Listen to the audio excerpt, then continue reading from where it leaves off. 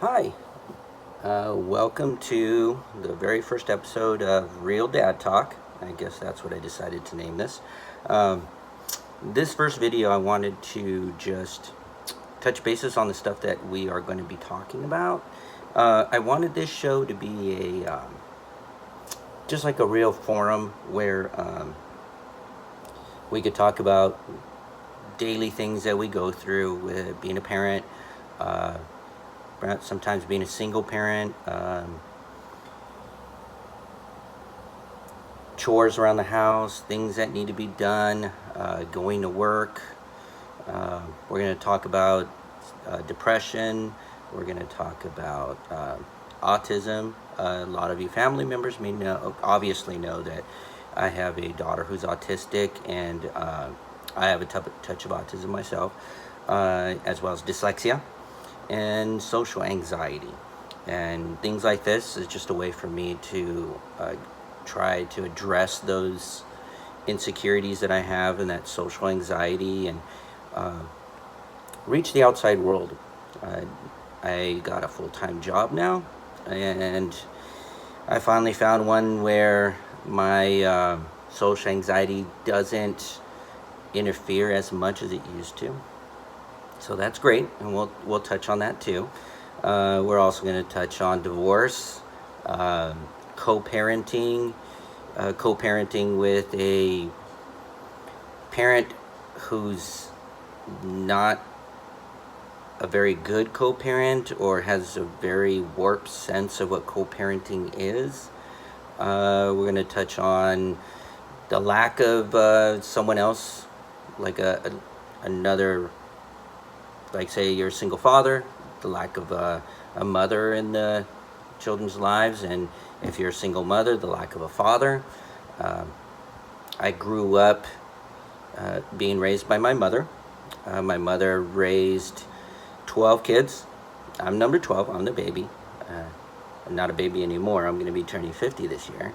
But yeah, I know what it's like to grow up in a house where there's an absentee father that you rarely saw, rarely had any interaction with. My brothers, my older brothers, were my father figures.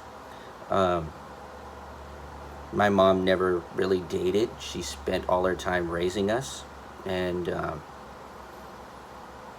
I know that how hard that must have been for her. But you know, those are things that helped me become a better parent. I think I learned my compassion from my mom. My mom was a very godly woman. Raised us in the church. Going to church as a kid, I remember going 6 days a week to Hillsburg Pentecostal Church, Hillsburg, California. I remember I'm a Northern California boy, even though I'm living in SoCal now, but my heart is still in the boondocks. Raised in Cloverdale, born in Hillsburg, California, raised in Cloverdale, spent all my time Sonoma County. So 20 years now in SoCal really doesn't take that out of you. I'm still a country boy at heart. And those of you who know me know that's true. We're going to talk about chores. I said, working on cars, working around the house, cleaning the pool, little things like that. Working on the Harley. There'll be some pretty good videos on me trying to figure out how to clean my carburetor after it's sitting for a year with gas that's turned into sludge or paint thinner. Because after a while it does that, so I got to clean that out. I want to rebuild it, so you're going to see some of those projects, stuff doing with the kids, going out with the kids, doing projects around the house, lots of little things. We're going to touch on, now that I'm remarried, we're going to talk on a new marriage. I have 3 new sons. Yes, I have a very large family. I have 5 kids from 2 previous marriages, and now from my current marriage I have 3 new sons.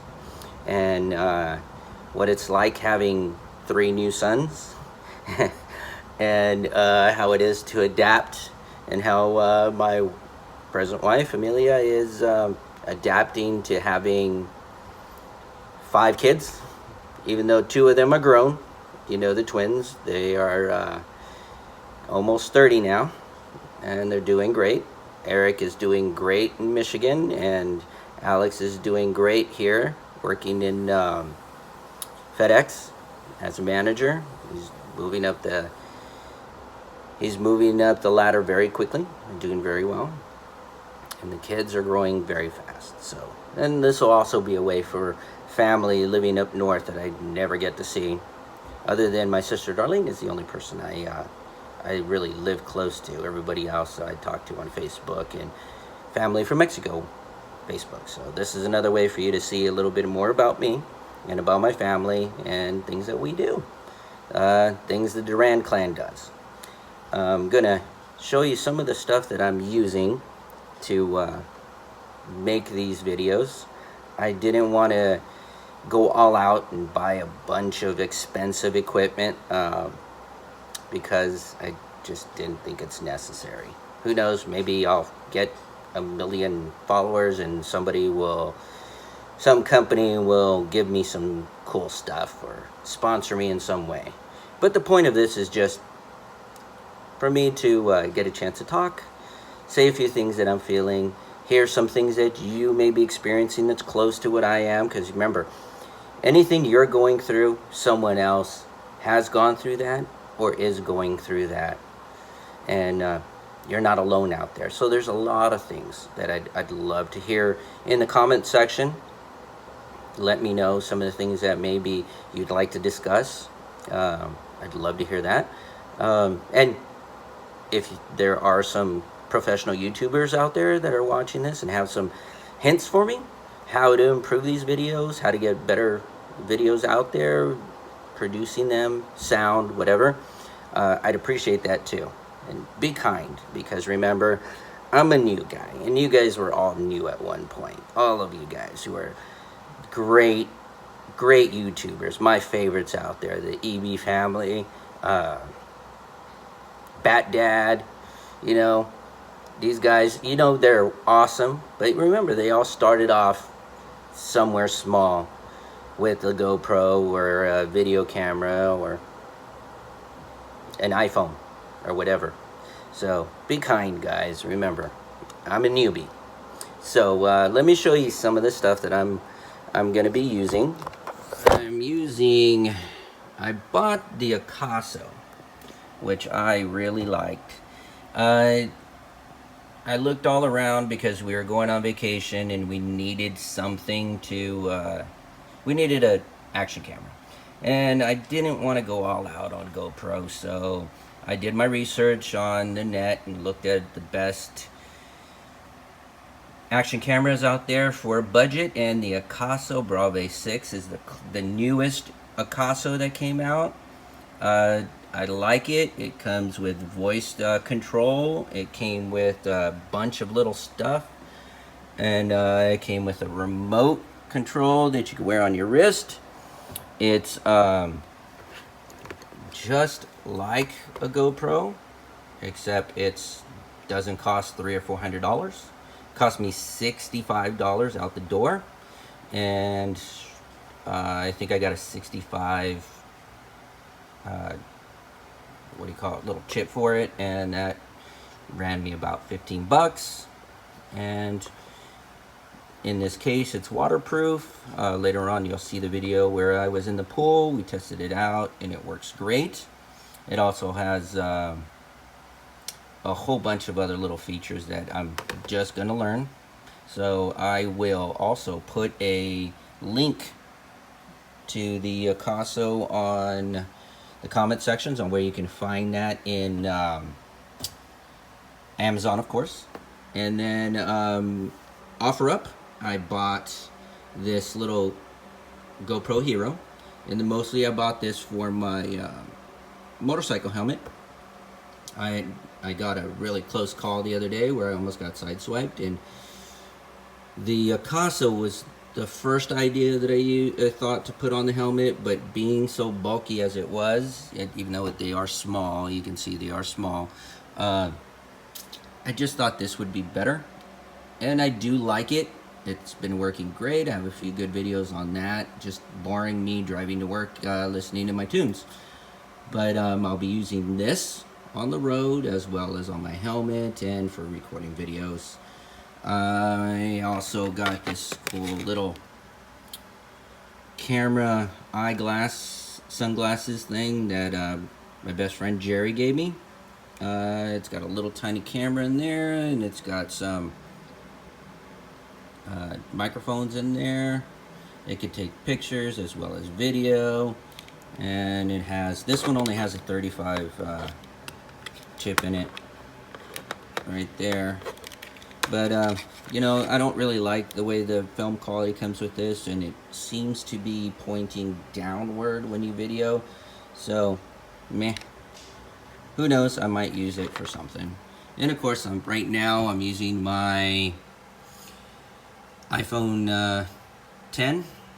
I like it. It's great. It's easy for me to use. And like I said, I was doing this on the cheap, so on Black Friday, I bought this little HP laptop. I think I paid $250 at Walmart on Black Friday. Got some of the stuff that's in it. I don't really know all this mumbo jumbo, but it does the job for me for what I do. Mostly everything I do that has to do with surfing the net or buying stuff or anything, I use my phone or my iPad. This is basically when I absolutely have to use a computer. Installing iTunes or paying a bill or something or other. But I'll print it out through this, and I'm going to end up downloading software to edit these videos, and so this is what I will be using. So again, thank you for joining. I know the next couple of videos will be hopefully better. I'm working on an opening credit scene, maybe a little bit of a music, some kind of jingle to spice things up. I know that I will have Emily, my daughter, on here, Haley, obviously, and some members of my family, and Jesse, and we'll be doing some cool stuff. So stay tuned for this next video coming up. This is going to be some pool maintenance that I had to do today. Vacuuming the pool out, and that can always be a pain in the butt, but you might find that one interesting too, especially if you have one of what I affectionately call Walmart ghetto pools. Those are those $200-300 pools that you get, comes in a box, you pop them up. They've got metal poles, a plastic liner, you fill it up with water, and they last about 4 years if you take good care of them. And we've done some upgrades to it to hopefully last a little longer and be a lot more cost efficient. So I'll let you watch that video coming out. All right, thanks again. This is Jimmy. Thanks for tuning in to Real Dad Talk. Talk to you soon.